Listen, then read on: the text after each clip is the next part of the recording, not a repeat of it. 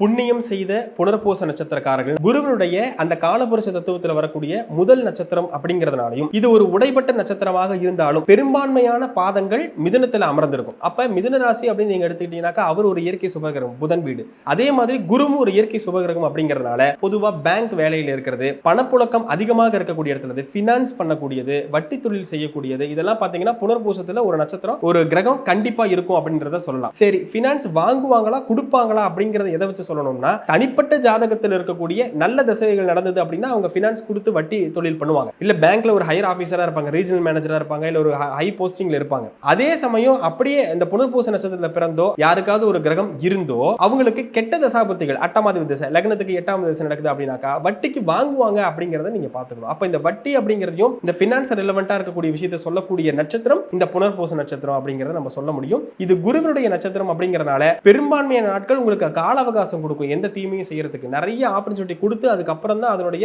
பின்விளைகளை கண்டிப்பா செய்யும் அப்படிங்கறதுல மாற்றம் இல்ல. முதல் 3 பாதங்களும் புனர்பூச நட்சத்திரங்கள் ரொம்ப புண்ணியம் பண்ண நட்சத்திரங்கள் அப்படிங்கறத நம்ம தாராளமா சொல்ல முடியும். இதுல இவங்களுடைய கோயில் வழிபாடு அப்படின்றத நீங்க எடுத்துக்கிட்டீங்க அப்படின்னாக்கா குரு மடங்கள் மடாதிபதிகளை போய் தரிசனம் பண்றது இதெல்லாம் மிகப்பெரிய மேன்மையை கொடுக்கும். இருந்தாலும் சித்தர்கள் அதிகமாக வாழக்கூடிய இந்த இடங்களுக்கு போயிட்டு வர்றதே மிகப்பெரிய உன்னத பலன்களை புனர்பூசத்துக்கு கண்டிப்பா ஏற்படுத்தும்.